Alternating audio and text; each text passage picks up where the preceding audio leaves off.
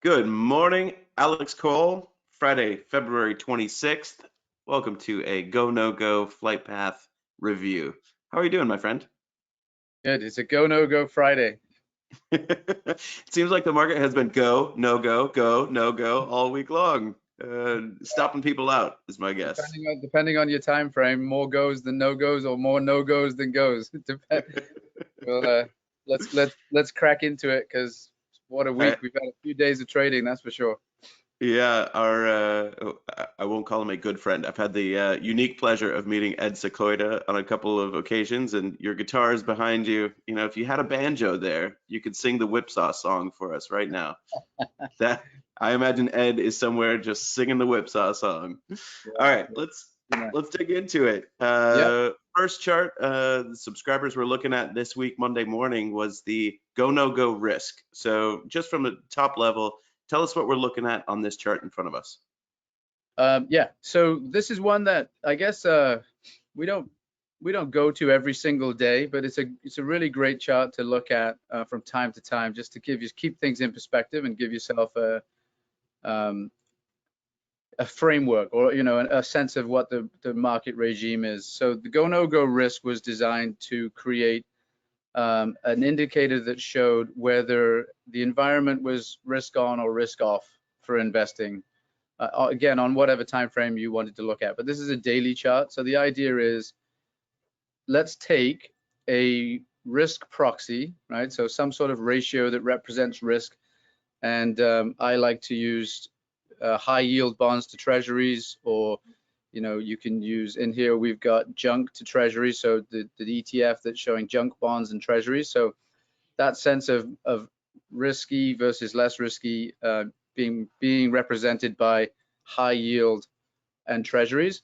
So you take the ratio, right? We know as technicians that looking at a ratio gives us a sense of relative strength.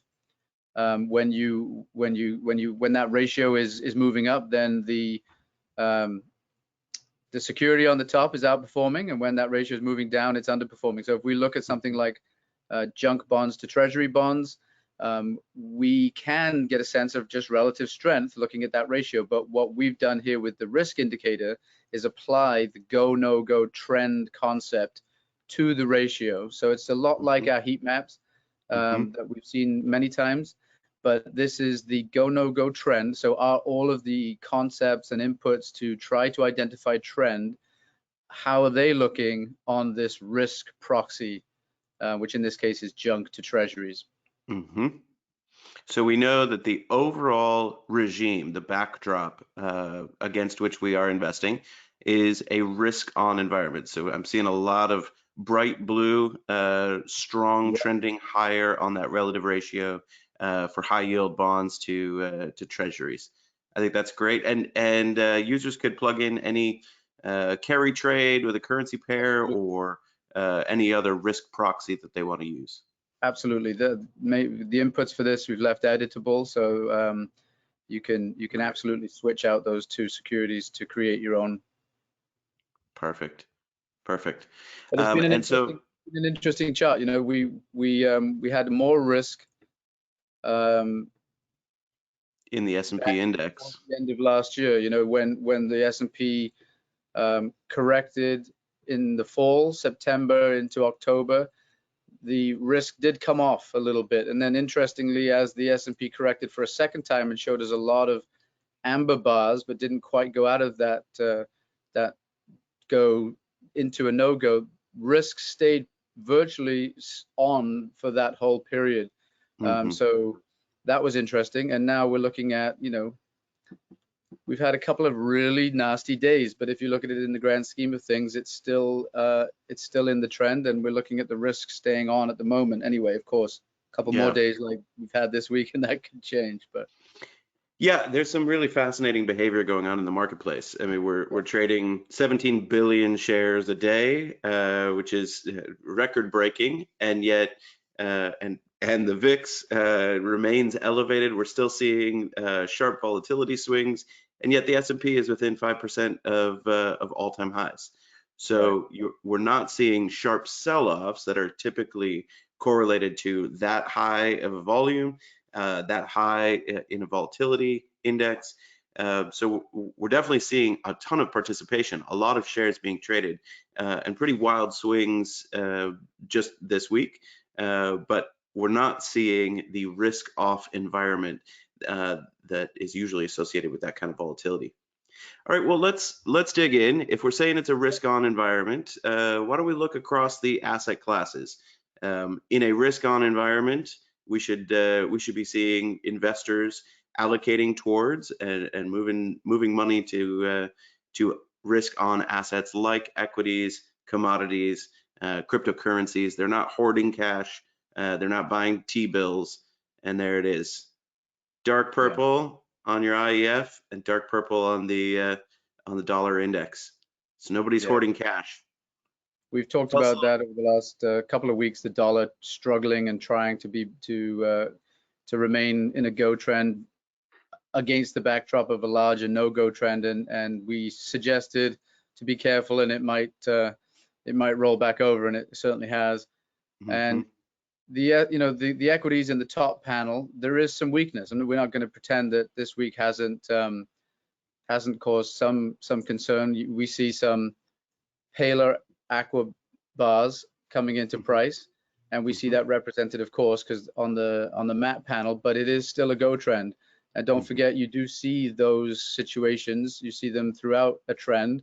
You see some weakness, and so right now, it's still a go trend. Commodities are a strong go trend, and cryptocurrencies as well, even with the trading sessions that we've had this week in Bitcoin, still a go trend as well. So when things become a little uncertain, when we've got strong moves in both directions, a week like this week has been, it's really helpful to zoom out. So today is Friday, February 26th, but it's the last trading day of the month. So GoNoGo subscribers, when you're looking at your launch conditions over the weekend, doing your market review, you'll also have a second chart pack with monthly charts, so an ultra long-term perspective on where we're at, and I think that's often very helpful when the headline news is, it's like watching Wimbledon.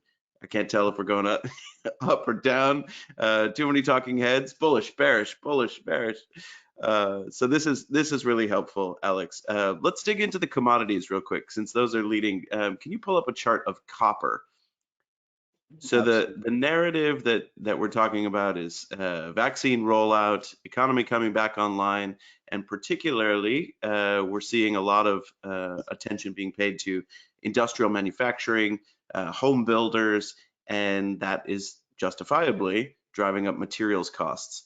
Look at Dr. Copper. That is impressive. Coming back, a little corrective move at the end of this week, but what a trend. Talk to us about this chart, Alex. Yeah, we have some annotations on here from long-term levels that we've talked about several weeks ago now. These levels coming in from way back in, I'd have to go back even further to find those kinds of those highs, but we broke above resistance here, consolidated sideways, and have now really driven higher.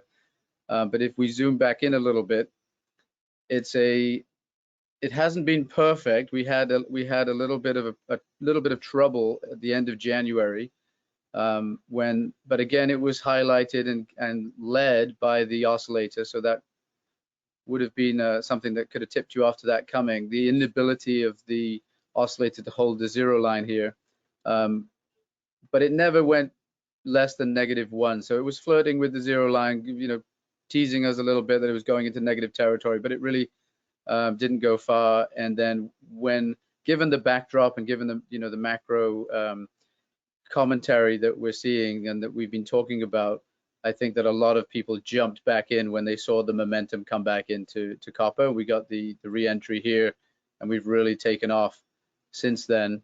And even right now, you said a little bit of corrective action this week, but really still elevated on the oscillator. So we have some way to go before we're looking to see if that correction is enough to cause any kind of trend change.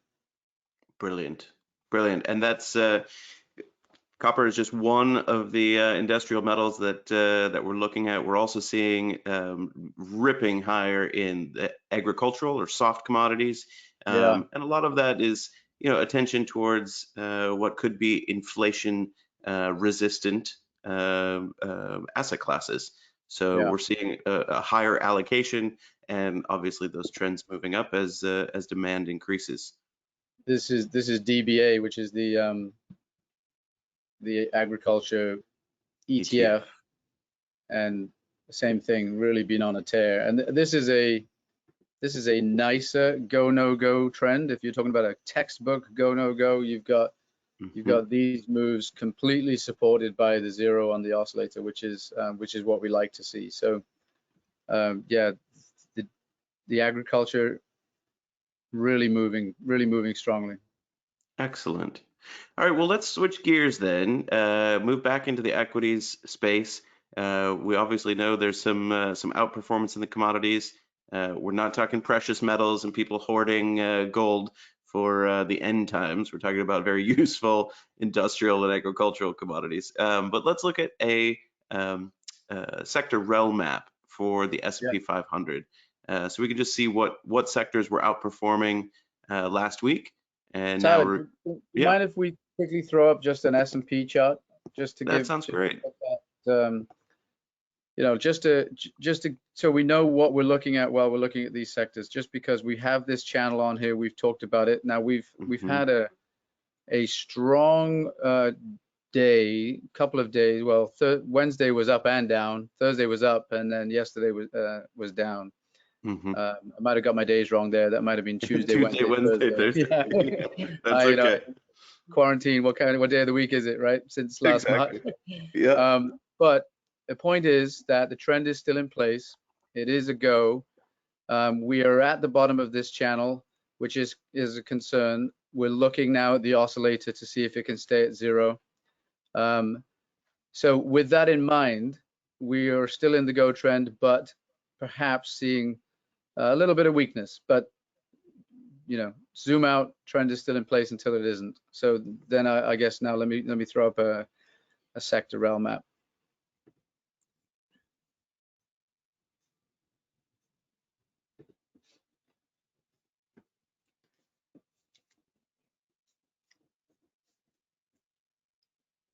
Look at that. The energy and financials play has been really strong, and I see a lot of people even today, this morning, and yesterday talking about still going into energy and financials, and those two are really popping off there in the middle. This is energy, and this is financials. So. And just for our viewers, what we're looking at right now are the GoNoGo trend colors on the relative ratio of each sector ETF to the index as a whole. So comparing in that top panel, materials or builders as a relative trend compared to the S&P 500. So you're seeing purple and orange. That doesn't mean that, but it may very well be in a absolute uptrend. But relative to the S&P, we're seeing underperformance. So from an asset allocation perspective, you want to be engaged with the sectors that are leading the index higher, not with the sectors that maybe slightly underperforming. So energy and financials, of course, a lot of talk about the steepening yield curve for institutions that make a business out of lending. That's incredibly bullish, but also the brokerage side and the investment banking side have been really outperforming through the end of 2020 and into 2021. So we're seeing the financials lead. Interestingly, at least in the U.S., we have not had a bull market in U.S. equities without the financial sector participating. So nice to see them joining. Just another check in the long list of items that mark this as a great bull market. So we're looking at those equity sectors. Let's dive into which would you like to take first, Alex? Energy or financials? Yeah, let's do energy. Perfect.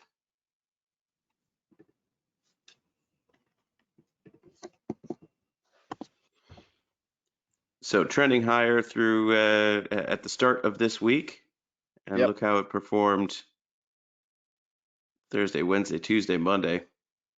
What a great trade. Yeah. Again, energy. Um, I, it's interesting because there's always, I always think back to the readings from however long ago in the CMT curriculum. the ancient past, or the of Alex Cole. Exactly. Back those first readings of trend following, and we talk about it all the time. You are a trend following expert, and the thing that I always take away from the trend following success often comes from catching whatever trend is there when it's there, right? So you can be talking all day long about stocks going down, but if you're a trend follower, then if stocks are going down, then you're catching a trend in something else when that's Mm-hmm. happening, right? And then we talk to people Yes. who run, a trend followers who run funds, and they don't mind. They're okay if something's not going their way this week because they're in something else. And Mm-hmm. it just reminds me every time that there's a trend somewhere, and as a trend follower, you want to try to be catching whatever trend it is wherever it is. And energy, if you were sitting on energy over the last 3 weeks, you've been very happy because Mm-hmm. that's where one of the trends has been anyway. It's fascinating. We sent this out on Monday, so if you hover over that on the 22nd, so Monday morning pre-market, that's where price was at in the energy sector. Now, I'm sure there would be plenty of um, investors and traders who would look at that and say, "Oh, well, I've already missed the move." Right? Look at all those strong blue bars. We've already catapulted in the energy sector. This trade is probably over. And the fact of the matter is, one of the most difficult parts of trend following is staying with your trend, not prematurely taking profits on a trade and missing out on that next 100% or 200% that might be there. So this is a sustained trend, and look how it accelerated in the oscillator. Higher volume, moving towards overbought territory, and just huge moves this week for the energy sector.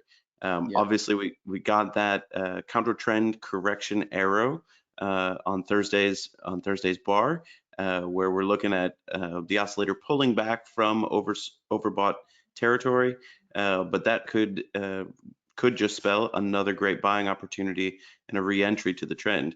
right. Obviously, no signs on this chart of this trade being over. Absolutely. Yep. All right, so that long-term structural view for energy, folks, subscribers to GoNoGo charts are going to see this in their launch conditions chart pack over the weekend, both on the regular weekly chart pack as well as a monthly close for February. Long-term on the energy sector, we are still we've got a lot of headroom to make it back to prior highs. So let's keep that in perspective. Why don't we pull that up on a weekly? Yeah, I mean the weekly is it just getting started or Right? right? Yeah, May have some overhead resistance to plow through, but that's up here. correct. There's still a long way to run before we even hit those resistance levels, which is just great to see. And again, with the go no go charts, keeping all of the technicals off the chart, and just using it to be colored by price. Where you want to look at your Areas of support and resistance. upper bound of this triangle. A lot of people will look to the top of the gap. Other people might look to that high, but either way, if this is an ascending triangle at the bottom, we're breaking above it on a long-term weekly chart. So, And that last bar is just this week's trading so far. that's this week's trading. Yep. Yep. Great to see. All right, let's take a quick look at the financials. Actually, before we do that, let's check up on some of the individual securities that we mentioned for the energy sector. Sure. I know drilling into a sector ETF to find the Drilling, individual. drilling in. That was good, Tyler. You like that? You see what I did there? I don't think that was even intentional. That's how good you are. Drilling into energy. There you go. Yeah, oil exploration, refinery, distribution, they're, upstream, downstream, all profitable. But if we look at Exxon Mobil, the 800-pound gorilla in the space, Yeah. look at how that performed through the week. This is our current Exxon chart. Same thing as you'd hope to see. Go Trend identified several low risk re-entries, trend continuations along the trend. Really strong one here. We talk about the nuances of the go no go. Of course, the trend is in place. These are all re-entries, but this one I really liked, and we highlighted this a while ago, and this is why I have this trend line on here. You have your strong rally and then your correction, and you can find a downward sloping resistance line here. And then we get the re-entry, but now we also see increasing volume with this darker blue. So this was a really nice setup in the middle of this. And like you said, you haven't missed, if you're taking this, you haven't missed out on the trend. You've just made a smart trade. But yeah, this is the current, and again, really ripped all week. So obviously yesterday was just an overall day where a lot of times when there's that kind of panic, then everything moves together. Correct. Correlations move to 1. Yeah. We took a look at a smaller cap Yep. energy company called Holly Frontier. HFC is the ticker. And again, this went out to subscribers Monday pre-market, as they would have captured that huge gap up in trading this week. Yep. Same thing. Looks really good. Looks really good. And this has been in place since these trends have been there since November, and they've been highlighted on that sector RelMap. So you looking for allocation, you're looking for that outperformance relative to the base. You see that the sectors are in a go trend, and then you can then look to take these low risk entries in the sectors that are outperforming. Even if perhaps you don't catch that initial trend change, but these are the sectors that are outperforming, and you could be looking for entries. So yeah, another great chart. Brilliant. Yeah, either starting your trade or adding to a position at each of those green circles, each of those trend continuations or low risk entry points. That's great. Let's switch over to the financial sector, and we'll wrap up this review here in just a couple of minutes. Absolutely. Yep. So there's financials. Similar looking charts. We had a little bit more of a concern here where we had this break of the zero line on heavy volume, right? We're in line with a steep correction here, but never went past the neutral go fish. We all won't go fishing. But never time to went go past, long, time to go short, and a time to go fishing. Never went past neutral, so got back into the go trend. And even there, this is what we like to see. You back into a go trend, it's been identified, and then we get another low risk entry coming right after the go flag, meaning that momentum has come back in the direction of the trend. Brilliant. We're seeing the oscillator turnover, kind of a sharper down day yesterday for financials on Thursday. We'll see where we close for the week and for the month at the end of the day today. But drilling into the, sorry, we won't use the same pun for the financials. Doesn't work quite as well. Taking a deep dive into the financials of these companies. No, we're not fundamental analysts. Let's take a look at Bank of America, BAC.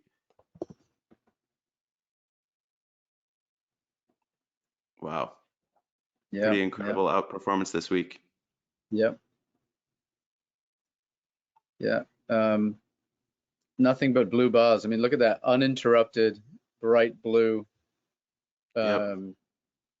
Strongest trend bars. And yesterday didn't even move that into pale aqua. So interesting to see if the financials can rebound a little bit today. That trend is still very strong. Right. As we know, price is driven by a lot of behavioral factors, but supply and demand have a huge role to play. So as the trend becomes identified for the sector, the XLF. You're seeing allocations from robo-advisors, wealth managers, you name it, into the sector as a whole. And that rising tide lifts all ships. And then, of course, the individual names within the financial sector are likely to see even greater differentiation. So higher return, a little higher risk if you're concentrating your position into a single name. But certainly there's a lot of liquidity for Bank of America. Let's take last look, last chart, a little smaller company. Let's go to Synchrony Financial, SYF, which is a retail lending products, custom credit cards, you name it, financing for home and auto. And so that sharpening, steepening yield curve could have an even greater impact on something like Synchrony, which is not engaged in any of the investment banking or brokerage side. But look at that. It's a perhaps a little more susceptible, a little smaller cap stock, sharper moves. And there we see on Thursday it falling out of the strongest trend conditions into an aqua bar as the oscillator pulled back. Still in positive territory. And the one thing that is noticeable here is that it is right up against a prior high resistance. So I mean, that was incredible, almost to the penny. Fell away right at that prior high. Yep. We didn't see that on some of these other charts we've been looking at. They're in open air almost, but this one did have some overhead resistance to deal with. So we'll see, but also it's not overbought yet. So we may well see it rally back. It might come to zero, but it'll probably mount another attack on that prior high. That's right. The more times you test a resistance line, the stronger it will be when it finally breaks through, if at all. All right. Well, Alex, thank you very much for your time this morning. Really appreciate you walking through the GoNoGo Charts Flight Path newsletter. Great to see how that played out this week. A lot of really great entry points for outperformance, and looking forward to those weekly and monthly charts this weekend in launch conditions. Yes, sir. Thank you so much. I'll talk to you soon. Take care. See ya.